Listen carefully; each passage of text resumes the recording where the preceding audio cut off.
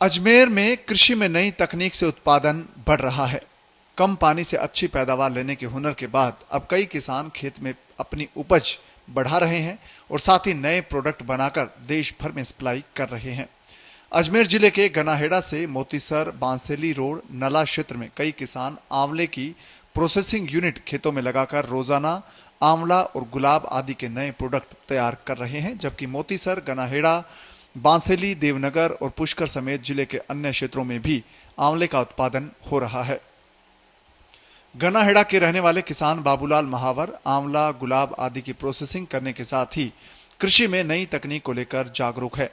महावर के मुताबिक कंचन, चकयास, हाथीजूल, NA7 और देशी आंवला की किस्म इस क्षेत्र में पैदावार हो रही है। इनका मानना है कि किसान अगर मेहनत करे तो आंवला, गुलाब की खेती के साथ इनके उत्पाद तैयार करके बेचने से अच्छी आमदनी हो सकती है। मेरा नाम बाबूलाल महावर है और यहाँ गुलाब का प्रोडक्शन होता है, आंवले का प्रोडक्शन होता है।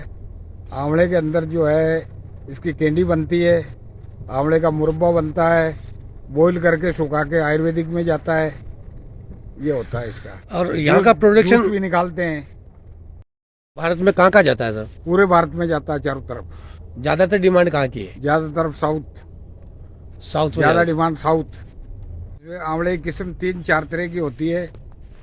ये तो है कंचन और चकैया, एक हाथीजूल होती है, NA7 होती है, ये एक देसी होती है, 4-5 किस्में होती है। जो कैंडी और बनती है आंवला वो NA7 और कंचन, इसकी कैंडी ज़्यादा बनती है क्योंकि वो उसमें वाइटनेस है, बाकी वाइटनेस नहीं है, पीलापन आ जाता है।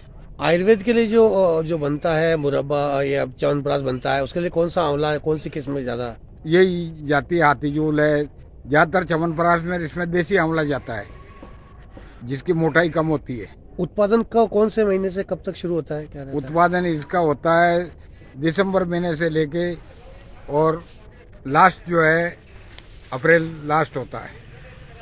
अगर एक पेड़ की हम माने, एक पेड़ कितना उत्पादन देता होगा? एक पेड़ जो है कम से कम जो है 500, 700, 800 किलो उत्पादन देता है।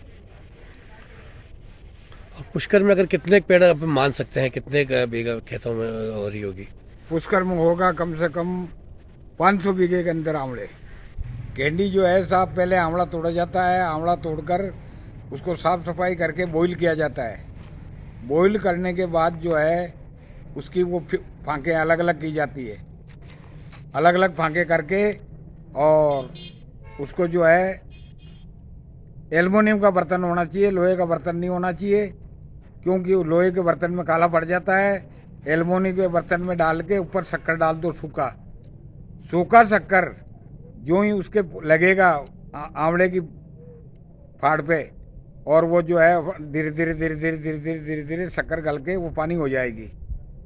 पानी होने के बाद में वो 2 दिन बाद पतली पड़ जाएगी, बिल्कुल पतली हो जाएगी, शक्कर पूरी घुल जाएगी।